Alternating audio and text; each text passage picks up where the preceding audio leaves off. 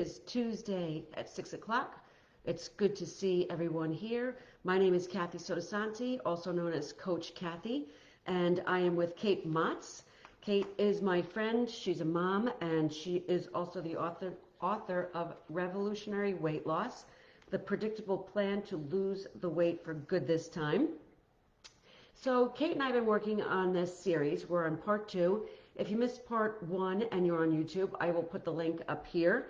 We're doing 7 different topics ranging from, and we're calling it the replenishment plan. Last week we did food sensitivity. Are you sensitive to foods and how they affect your body? Today we're talking about hormones, and it's a big subject. We're going to cover micronutrient deficiency next week, gut health, exercise, sleep, and mindset. So we're going to get you through the holidays on the right path and on the right track, talking about total wellness. And Kate and I are both coaches. I'm a mindset coach as well as a personal trainer, and Kate is a functional medicine coach. So founder of Integrative Wellness Advisors, and has been helping people get healthy and stay healthy since 1995. So the combination of our 2 skill sets works well together because we can combine and couple the physical aspect, the training aspect, the mindset aspect, along with all the science that goes into finding out how to best take care of your body. Yes. Right? So welcome. Thank you. Welcome to the show. Welcome. Welcome to the show we're putting on. So today we're going to be talking about hormones. And we all have them. We all have there's many different kinds in the body. We're sort of going to have an interview / student teacher or student teacher kind of interview here where we're all going to learn from Kate and kind of go over the different hormones, what they do for our body, and how it works with weight loss, or what we should say, weight loss resistance. Right. The idea of struggling to lose weight. If you struggle to lose weight, or you feel like you're not yourself sometimes because of mood and go ahead and tell us some other things that, well, let's start with, what is the difference between hormone imbalance and hormone... Oh, there's like the different hormone shifting, right? Correct. Yeah. So as you mentioned, and thank you for having me. Yes, I love it. As you mentioned, the hormones can be out of whack for a lot of reasons. One could be just that you're going through a hormonal change. So when we go through puberty. So that's shifting. That's shifting. I shifted out of menopause myself. Okay. Mm-hmm. If we have a child, there are a lot of different reasons for kind of, over our lifetime that our hormones would shift naturally. The hormonal imbalances that we're really talking about today are more about things that we do to our bodies or things that our bodies are experiencing that are causing a hormonal imbalance, meaning that one hormone becomes out of balance, and then what happens is the others try to make up for it, and that's where we can see multiple imbalances. So if I may be low on estrogen, something else will take over. Yes. Usually that's what happens. Okay. And it usually actually starts with cortisol, which is our stress hormone. Okay, very interesting. So, when we're dealing with things like COVID and other stressful things, that's when our cortisol gets going because we're stressed, maybe too much. And then when cortisol becomes out of balance, the other hormones come in and try to make up for it. And that's where we can kind of see what I call the cascade. So let's say I'm experiencing a stressful situation in life and my cortisol is up. Will that squash out other hormones?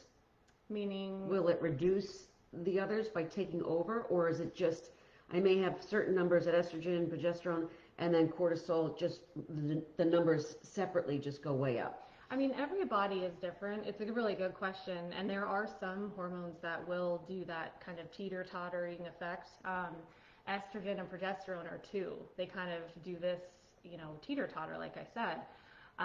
But it's not the same for everyone. So if you're really stressed, your question, if you're really stressed and your cortisol becomes too high because it's constantly pumping throughout your body, will that cause one of the others to go down, or will that other one go up? And it's really different for every person, because what tends to happen is the cortisol, let's say in this example, the cortisol goes, and let's just say it's high all day, all the time, you'll feel that. You might not know that's what you're feeling, but you'll feel that.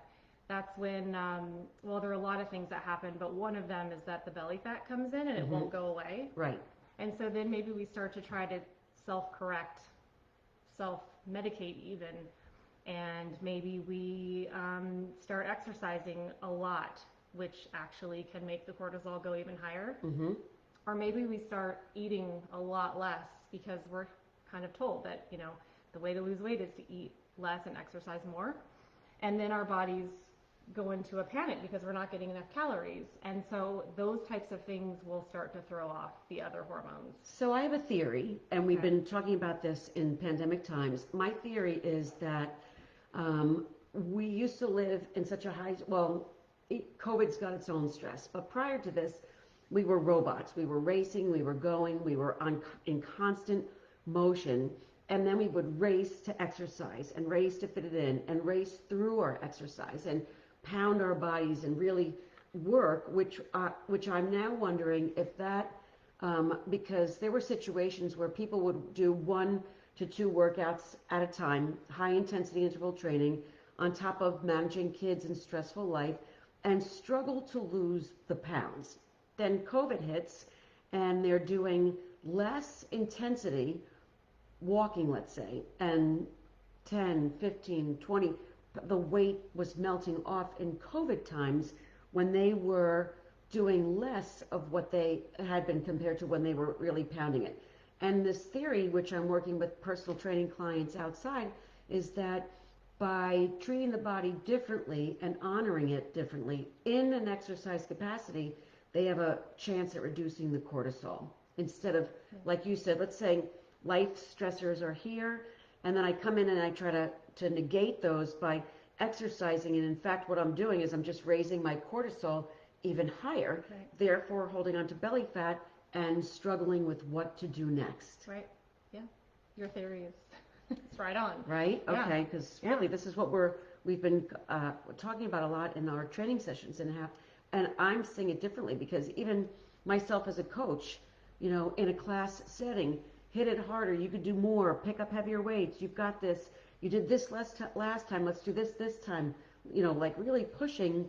And I'm learning now how to balance, especially using the outdoors and nature, to bring nature into the healing aspect of the exercise. Yeah, it's very important. And I talk about this in the book. I think I talk about it in the exercise section, which we're going to go over later, but it does tie in when it comes to exercise. If you're doing something that you hate to do, you're going to be creating that cortisol spike. So if you hate being, you know, on a bike and you're doing it because you need to lose weight, you are not doing yourself any favors. Okay.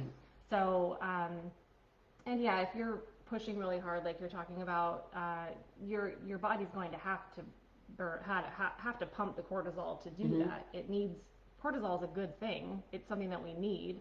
We just sometimes don't know how to shut it. And we need it because it helps us in fight or flight situations. Yeah, right. So that's right. It's super important. Right. But when it becomes out of balance, kind of the longer term, since we're talking about cortisol, the longer term thing would be if you are doing like what we're talking about, you're constantly running throughout the day, and then you go work out and you're doing something that you hate, whatever that is, and then you go home and you running, and you're up until all hours doing all your things, and the cortisol won't, you're not giving the cortisol a break, you will eventually burn out your adrenals.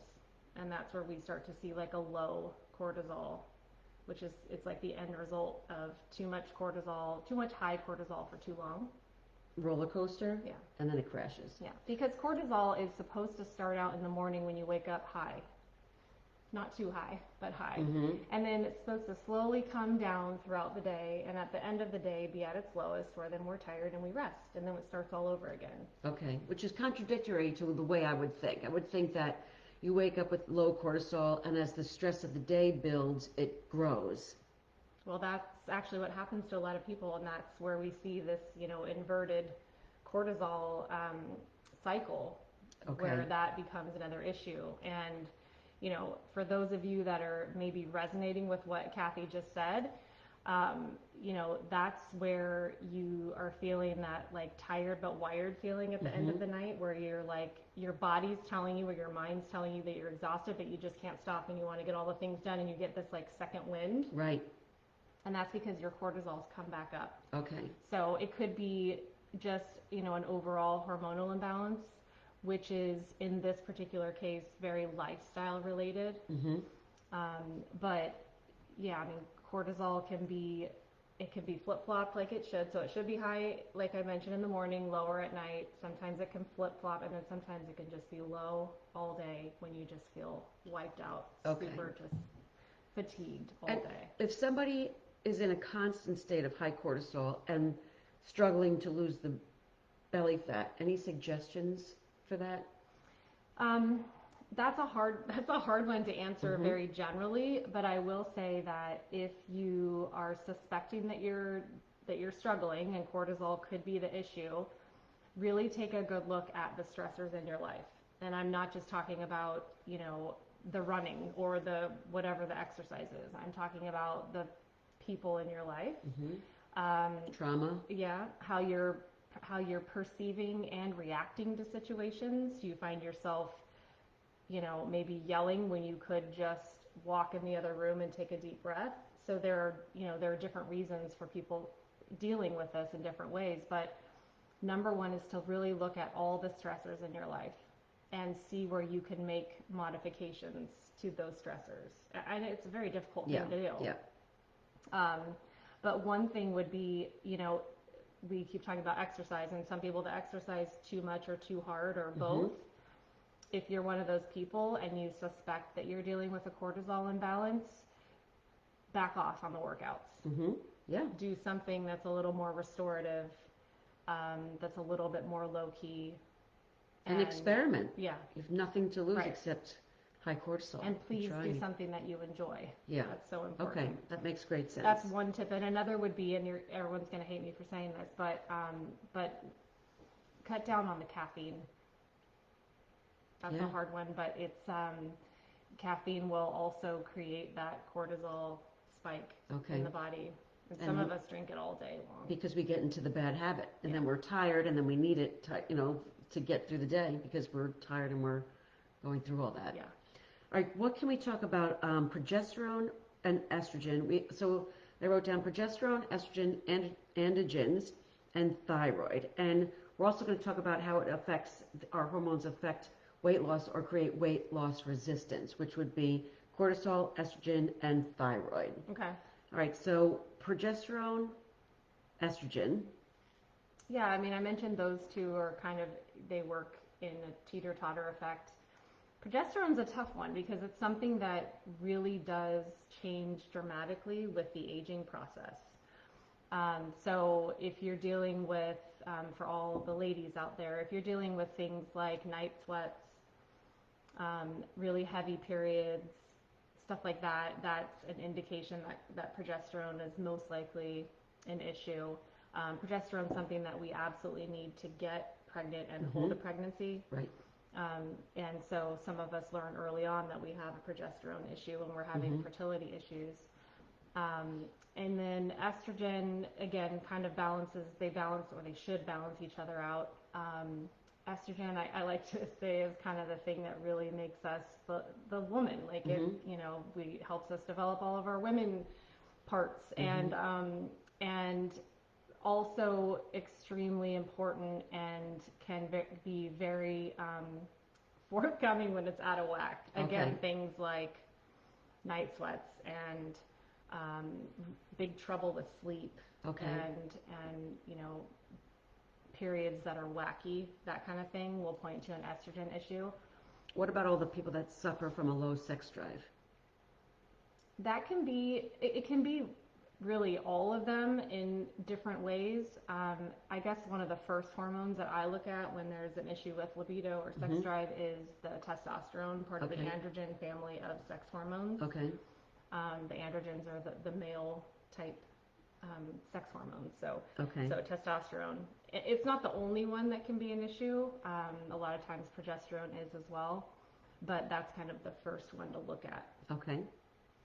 Let's talk about All right, so the endocrine system, this is a learning point for me, is a network of glands that produce and secrete the chemical messengers called hormones. So these hormones are coming from the endocrine system. How does food play into our hormonal balance? So that's a really good question.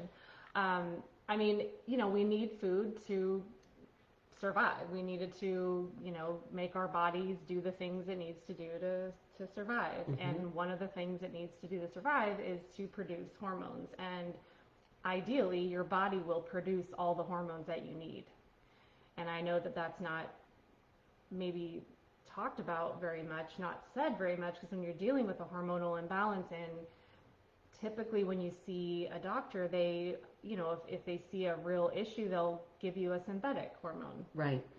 But if we can do what the body needs us to do to allow it to make its own hormones, and there are a lot of tricks to do that when things are out of whack, but food's super important. And one of the most important things with foods, and going along with what we talked about last week with food sensitivities, we might have mentioned this, when you eat foods that you're sensitive to, or you don't even have to be sensitive to them, when you eat fake foods, when you eat things that the body doesn't recognize, that can actually cause your cortisol to spike, because your body thinks that you're eating, I call them invaders. It's almost like introducing a virus to your body. Right. Your body doesn't know what it is, especially if it's something that's highly processed, comes from a box with all kinds of interesting names, right, ingredients, and that will cause a cortisol spike.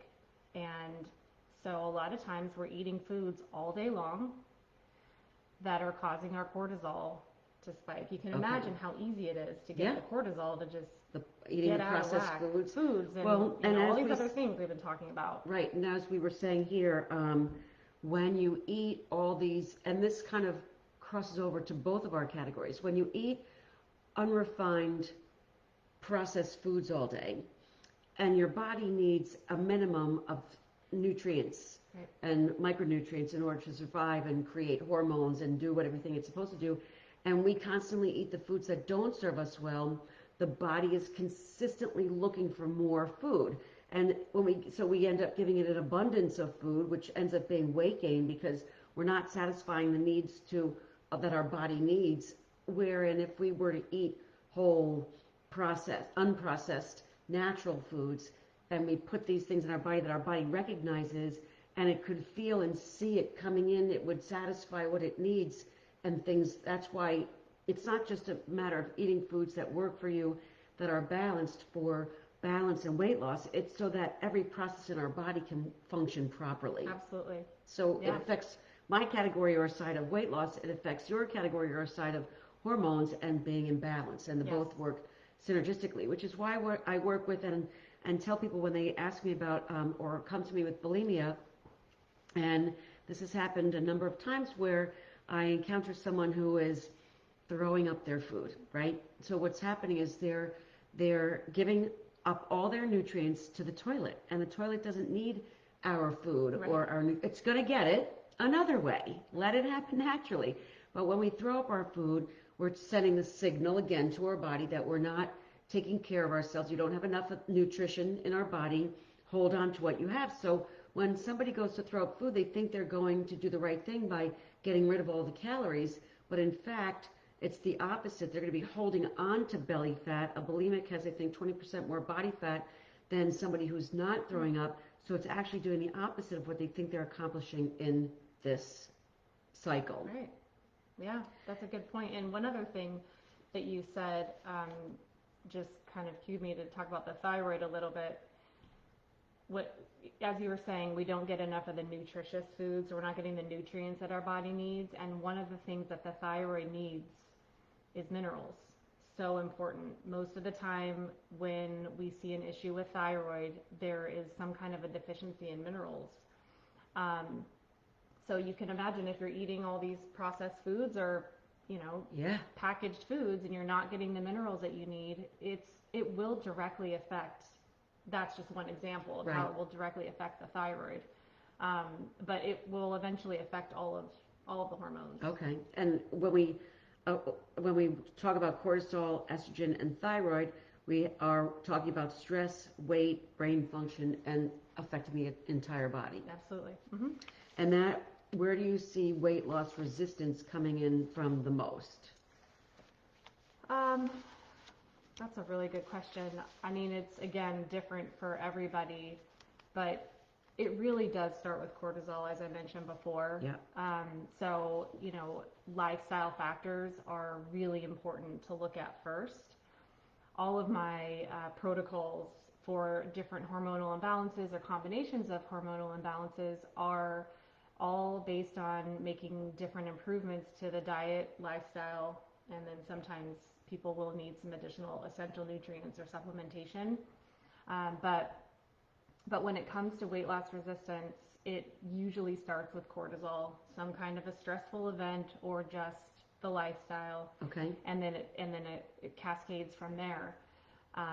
You know, and it's not rocket science to improve it, but it's really important to know why it's going on and then figure out what the body actually needs. So it's not just like, oh, you have an issue with cortisol, do this one thing. You know, it really is a combination of things. Right. But which is why, you know, both of us look at the whole person when we work with people. So, but cortisol's really where it starts. I think we get so lost in the world of giving our bodies what we want that we don't give our bodies what we need, giving it what we want all the time, all day long. We want to eat this. This is what tastes good. This is what, you know, we leave the category of need and go for the category of want so much. And maybe if we can find balance in our day of really working to give ourselves the foods that we need, then we will be less inclined to overload it. And I think people just have to get to a place where they actually feel better in order to recognize the why of why they're doing that. Like even talking to Freddie today and put a video up this morning on how he felt at a certain point eating foods and being on path was far out balancing and the feeling good than where we're at now with, let's say, a weight gain or what have you. Like there's just such a fine balance there, and it's all related. And then I just want to talk about the category of the three main hormones in regard to regulations of food intake and body weight, being leptin, ghrelin, and insulin. So leptin, we know, comes from our fat cells, controls hunger, and how we use our food. Right. And for energy, right? Yeah, and so if it's coming from our fat cells, but I did read somewhere along the way a while back that as somebody gained significant weight, they would potentially experience leptin resistance. It's a possibility, yeah. I mean, with all three of the hormones, there can be that issue. And it's really, resistance it can be described different ways, but I think in that particular situation, it's that the body isn't either recognizing that it needs more or it needs less for some reason. There's kind of like a misfiring going on almost. Or maybe there's not enough, like the body can't produce enough. Right. And these are tough, and I mean, really all the hormones, it's just my personal opinion that if you're having an issue with them, figure out the root cause, the reason why. Are you eating the wrong foods, or are you nutrient deficient, or are you exercising too much, whatever it is, and address it there, because I mentioned this earlier, but it's so important that these are things that your body makes, and your body knows what to do when it's making the right amount. Right. So figure out why it's not making the right amount, and not, you know, these different hormones, all of them that you've mentioned, are not talking to each other the right way. They get confused. I mean, we confuse them. Right. So really, really important. And we can measure all of these hormones. Right.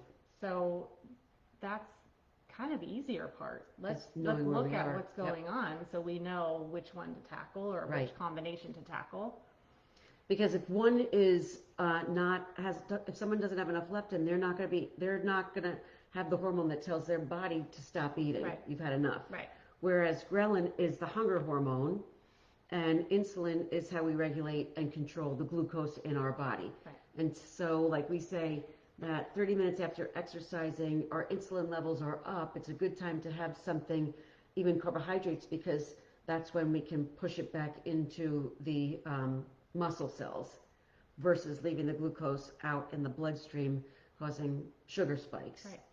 So, so important. And becoming insulin resistance and or having excess weight on our bodies throws your insulin out of whack. And like we talk about all the time, diabetes is reversible. Yes. Diabetes 2, I should say, Right. is reversible. It is basically from weight gain, not diabetes 1, but diabetes 2, which my dad suffered from because of weight issues. And when he got his weight under control, he got his insulin under control. Yes. I'm glad you're saying these things, and I just had a thought that, you know, if you're overweight and you feel like you're doing all the things that you're supposed to be doing, there's something wrong. Like, and it's not you. You're not wrong. You're not bad. You're not. I hate it when people say I ate bad or I'm Right. bad, or, you know, it's not what's happening. There's something wrong in the body, and you just need to figure out what it is and then address it. I wish people would look at weight loss resistance or trouble losing weight almost like an illness. Yeah. Because it's not that you're not motivated. It's not that you don't have enough willpower. In most cases, that's not what it is. There's something wrong inside the body.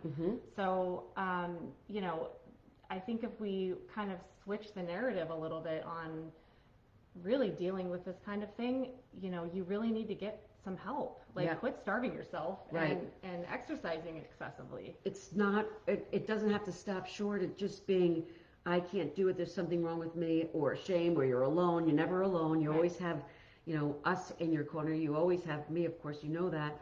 But figuring out and finding out and overcoming frustrations by doing so. Yeah.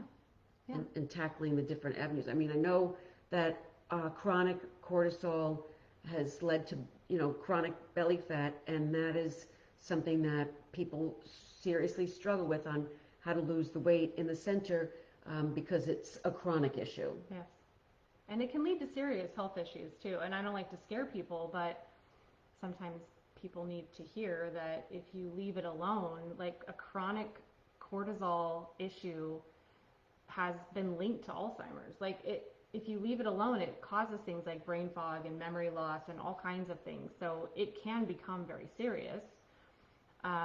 So don't wait. That's kind of the other thing about our society, is we kind of wait until there's a serious issue. So then what would your action steps be for someone who suspects they might be experiencing that? Well, I mean, first of all, an easy thing to do would be to grab my book for free and just fill out the hormone assessment. It's a check the box of anything that you're currently experiencing or you have experienced over the past 6 months. And, you know, it's not a perfect science, but it's pretty accurate. It'll tell you if you have a hormonal imbalance. And then I highly suggest that you get your hormones tested. I personally think that we should all be able to get our hormones tested once a year or even twice a year if we want, because we want to know what's going on. Unfortunately, not every doctor out there who would prescribe a test like this agrees with me, which is one of the reasons why I've figured out other ways to get the testing done. There are direct-to-consumer labs that you can purchase a test from and do it yourself. You don't have to get somebody's permission. You can do it yourself. Okay.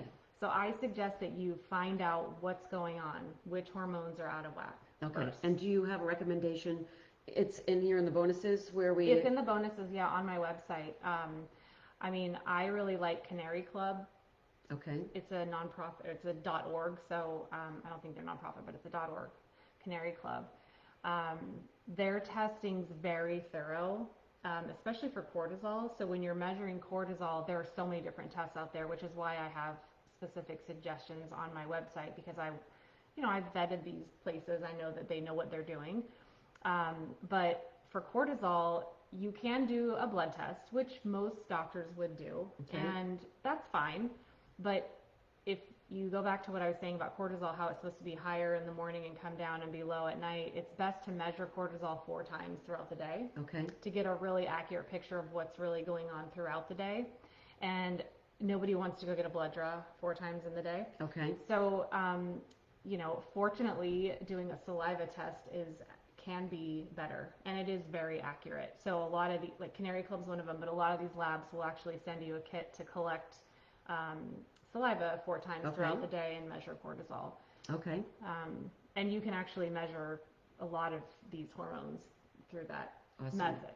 Okay. But yeah, I mean, if you ask your doctor, and if they say no, then don't stop there. Fine, you know, you can come to me and I can help. You can grab my free book and get my resources, and find a lab that works for you and that's, the price is right for you. Okay, so let's go over where can they find you? So they can... And you'll put the link for the free book in this one as well as we continue to go. Of course, absolutely, okay. Yeah. So they can find me on my website, which is integrativewellnessadvisors.com. Okay. They can find me just Kate Motz, or I guess I'm Bianchi Motz on Facebook.